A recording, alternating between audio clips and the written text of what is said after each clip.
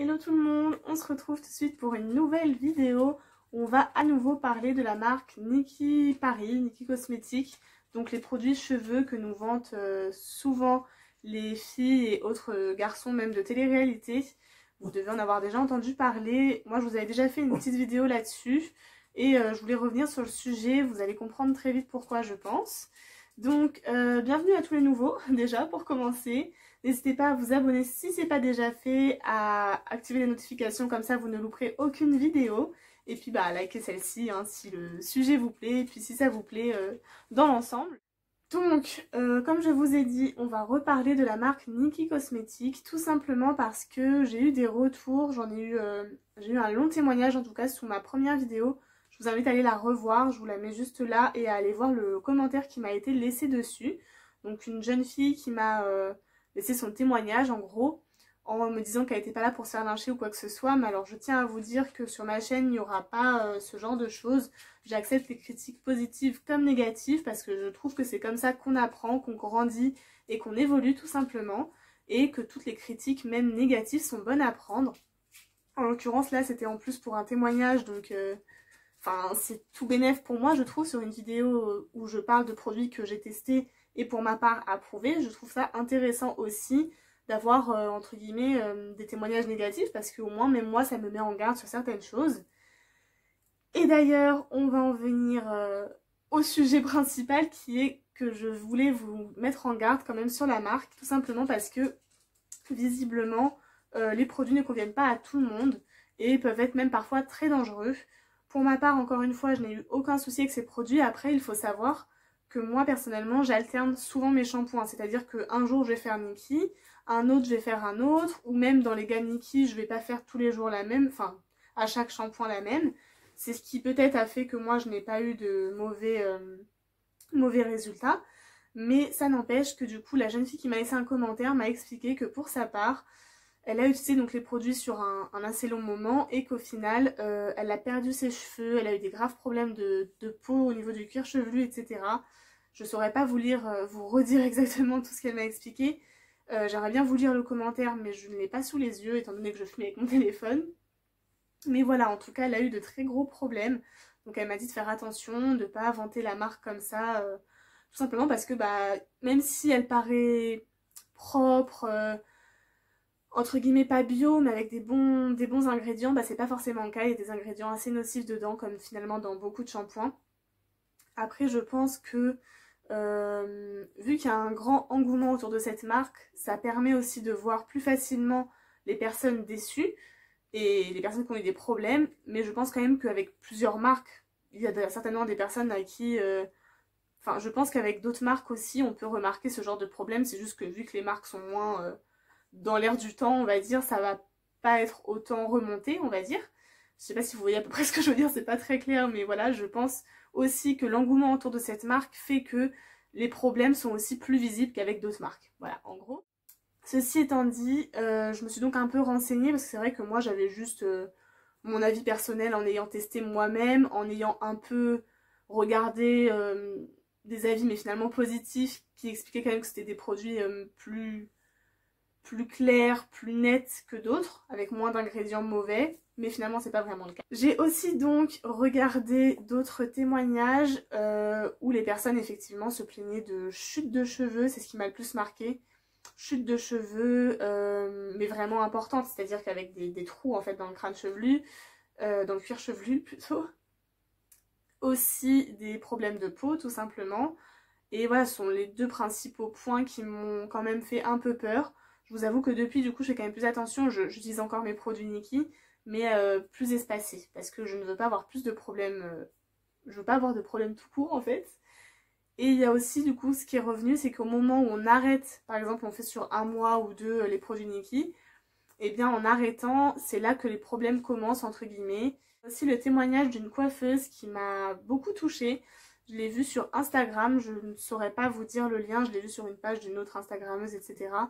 Et en tout cas, cette coiffeuse était en larmes et clairement au bout de sa vie, parce que après avoir mis en garde ses propres clientes, donc cette dame a un salon à elle, elle est propriétaire d'un salon de coiffure, où toutes ses clientes sont régulièrement très satisfaites de son travail tout simplement, avec des clientes régulières, etc.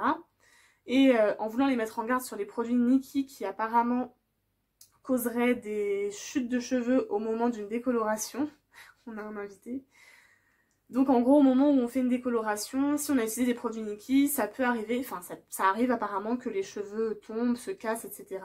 Donc en voulant mettre en garde ses clientes, et ben elle s'est ramassée un flux de méchanceté, d'harcèlement de la part de Nikkie, qui n'ont pas du tout apprécié en fait son témoignage en fait. Et du coup, elle se fait harceler sur les réseaux, sur Facebook, etc.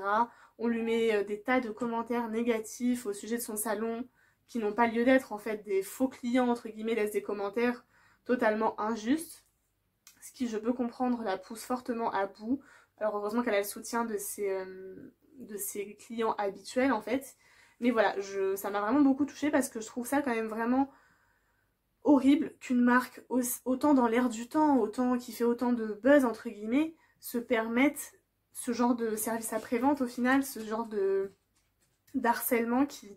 Franchement, je comprends pas. Je comprends pas qu'une marque qui veut se faire bien voir quand même, vu la pub qu'elle fait, vu les personnes qu'elle paye pour faire de la pub, je ne comprends pas qu'elle puisse autant dézinguer une personne juste pour une critique négative.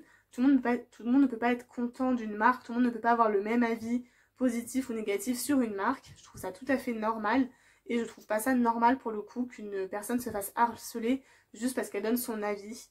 Donc voilà, je ne sais pas ce que vous en penserez, moi c'est mon avis personnel, en tout cas je suis pas d'accord avec ça. Et rien que pour ça, je pense qu'après avoir terminé mes produits Nikkie que j'ai actuellement, je ne rachèterai pas de produits tout simplement parce que je ne soutiens pas ce genre de marques qui agissent de la sorte, tout simplement. Que les produits me conviennent ou non, je comprends pas ce principe en fait. Donc voilà, je ne soutiens absolument pas. Si la marque passe par là et qu'elle n'est pas contente, et bah c'est pareil, voilà tout simplement. Je suis pas du tout là pour me faire aimer par eux, moi c'est vraiment pour vous. J'avais fait une vidéo très positive au sujet de cette marque, mais je tenais quand même à revenir vers vous parce que je considère que je suis aussi là pour vous dire quand c'est pas bien, quand ça va pas, même si je me contredis finalement par rapport à mon premier avis, entre guillemets, parce que moi les produits ne m'ont pas fait de mal à mes cheveux, ne m'ont pas fait les perdre ou quoi que ce soit, donc en soi ils me conviennent, mais je veux quand même vous mettre en garde sur le fait qu'ils peuvent ne pas vous convenir et qu'ils peuvent être dangereux tout simplement. Aussi la belle-sœur de ma meilleure amie qui avait testé la gamme Coco, qui m'en avait parlé dès la sortie de ma première vidéo, qui m'avait expliqué que elle, la gamme Coco ne lui avait absolument pas convenu, que ses cheveux étaient encore plus rêches qu'avant, enfin plus secs, etc. Alors qu'elle s'était dit que la gamme Coco était la plus naturelle et celle qui finalement serait le mieux pour ses cheveux, et pas du tout. Donc au début je lui ai dit que c'était peut-être pas la bonne gamme pour elle, ne sachant pas les problèmes qu'il pouvait y avoir autour.